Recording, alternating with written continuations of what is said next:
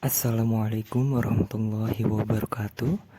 Pada kesempatan kali ini, saya akan menjelaskan manajemen kas, tugas manajemen keuangan. Pengertian kas. Kas dapat diartikan sebagai nilai uang kontan yang ada dalam perusahaan beserta pos-pos lain yang dalam waktu dekat dapat diuangkan sebagai alat pembayaran kebutuhan finansial yang mempunyai sifat paling tinggi likuiditasnya. Kas meliputi uang tunai, kertas atau logam, baik yang ada di tangan perusahaan, cash in hand, atau ada di bank, cek, demand deposit, money order, kas bond, dan lain-lain. Aliran kas. Menurut Otoritas Jasa Keuangan, definisi arus kas yaitu aliran dana yang mencerminkan perpindahan dana melalui suatu bank. Arus kas ini bisa disimpulkan sebagai aliran dana yang menunjukkan sumber dana dan penggunaan dana cash flow. Terdapat dua jenis cash flow, arus kas masuk, cash inflow, yang merupakan sumber-sumber penerimaan dari mana kas tersebut diperoleh. Arus kas keluar, cash outflow, yang merupakan kebutuhan kas untuk pembayaran atau pembelian. Aliran kas ada yang kontinu dan tidak kontinu, intermittent. Aliran kas masuk kontinu misalnya, hasil penjualan produk secara tunai, penerimaan piutang. Aliran kas masuk tidak kontinu misalnya, pendapatan dari penyertaan pemilik perusahaan, penjualan saham penerimaan kredit dari bank, penjualan aktiva tetap yang tidak terpakai.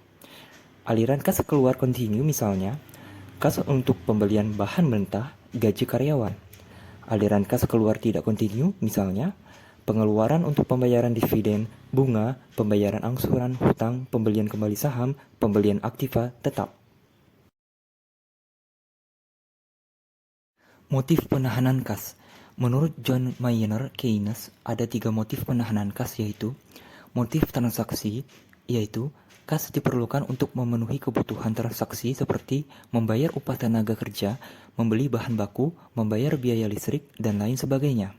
Motif berjaga-jaga, yaitu kas diperlukan untuk berjaga-jaga menghadapi ketidakpastian di masa mendatang. Motif spekulasi, yaitu kebutuhan kas untuk memperoleh keuntungan karena perubahan harga surat berharga hingga investasi surat berharga. Manajemen kas. Manajemen kas didefinisikan sebagai pengoptimasian penggunaan kas sebagai aktiva. Hal ini berarti tidak boleh terjadi kegagalan pemakaian dan pengawasan terhadap posisi kas. Tujuan manajemen kas meliputi likuiditas dan earning. Likuiditas adalah manajemen harus secara sadar menjaga likuiditas dan jumlah kas yang harus ada dalam perusahaan. Earning adalah pengeluaran perusahaan harus diarahkan untuk mendapatkan kemungkinan hasil yang lebih besar dibandingkan dengan kas yang dikeluarkan. Perencanaan kas. Aspek utama perencanaan kas ini adalah penyusunan anggaran kas. Manajer harus menyiapkan daftar kegiatan untuk menimbulkan kas pembelanjaan dan kegiatan menggunakan kas.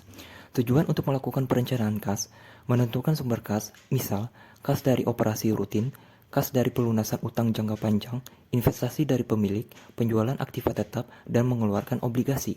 Menentukan rencana penggunaan kas, misal pembayaran dividen, pembayaran utang jangka panjang, pembelian aktiva tetap, dan membayar gaji karyawan.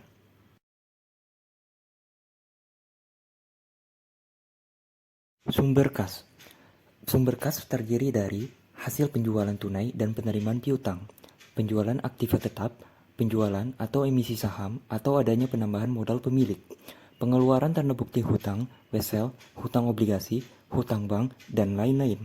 Penerimaan di luar usaha perusahaan terkait dengan bunga. Adanya penerimaan kas dari sewa, bunga atau dividen, hadiah, atau restitusi pajak dari periode sebelumnya.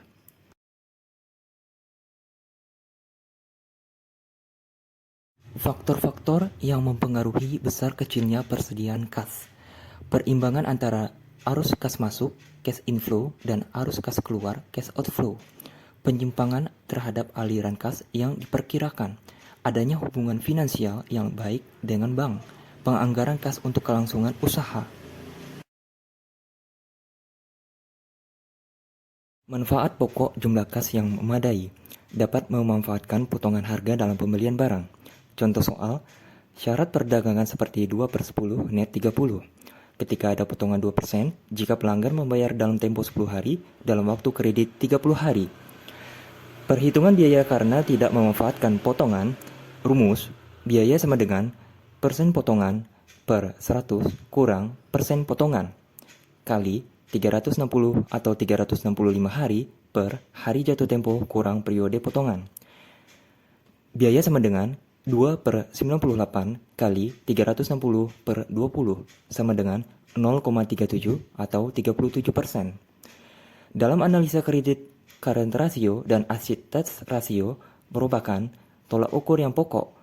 Perusahaan akan lebih dipercaya oleh bank atau lembaga kredit lainnya untuk menanggulangi keadaan darurat seperti pemogokan, kebakaran, kekeringan atau serangan dari pesaing melalui program kampanye pemasaran. Safety level of cash balance. Safety level of cash balance yaitu saldo kas minimum yang perlu dimiliki oleh perusahaan untuk melindungi perusahaan dari resiko kesalahan-kesalahan saldo kas. Safety level of cash balance sebaiknya ditetapkan untuk periode normal dan periode puncak. Periode puncak adalah periode di mana kebutuhan akan kas memuncak. Rumus safety level of cash balance, jumlah hari yang diinginkan kali rata-rata harian pengeluaran kas. Selama 3 hari, puncak dalam bulan Agustus, pengeluaran kas perusahaan Maju Jaya berturut-turut Rp750.000, Rp800.000, Rp850.000. Rata-rata pengeluaran kas sama dengan Rp800.000.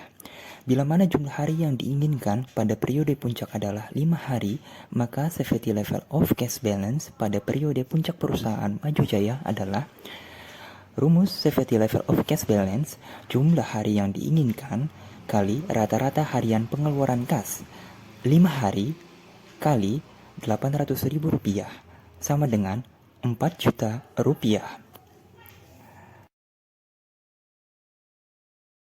Menentukan saldo kas optimal model Baumol. Total biaya transaksi yang akan diminimalkan untuk memperoleh saldo kas optimal terdiri dari 2 item, biaya simpan dan biaya transaksi. Rumus, biaya total sama dengan biaya simpan tambah biaya transaksi. Total cost sama dengan saldo kas optimal C bagi 2 kali tingkat bunga I tambah total kebutuhan kas dalam satu periode T bagi saldo kas optimal C kali biaya order kas B. Saldo kas optimal C sama dengan 2 kali biaya order kas B kali total kebutuhan kas dalam satu periode T bagi tingkat bunga I pangkat 1/2.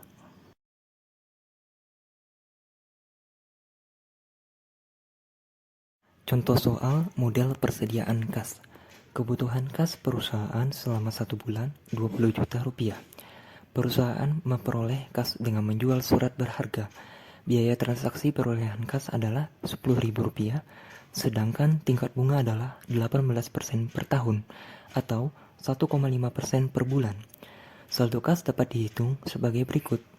Saldo kas optimal sama dengan 2 kali perolehan kas Rp10.000 kali kebutuhan kas perusahaan selama 1 bulan Rp20 juta bagi tingkat bunga 0,015 pangkat 1/2 sama dengan Rp5.163.978. Saldo kas yang optimal adalah Rp5.163.978. Keterangan, dalam periode 1 bulan, perusahaan melakukan order pengisian kas sebanyak 20 juta bagi 5,163 juta, sama dengan 3,9 kali atau sekitar 4 kali. Total cost sama dengan 5.163.978 bagi 2 kali 0,015 tambah 20 juta bagi 5.163.978 kali 10.000. Total cost sama dengan 38.730 tambah 38.730 sama dengan 77.460.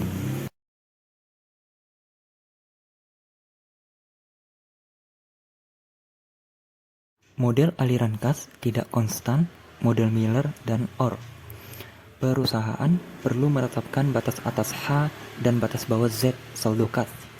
Apabila saldo kas mencapai batas atas, perusahaan perlu merubah sejumlah tertentu kas agar saldo kas kembali ke jumlah yang diinginkan.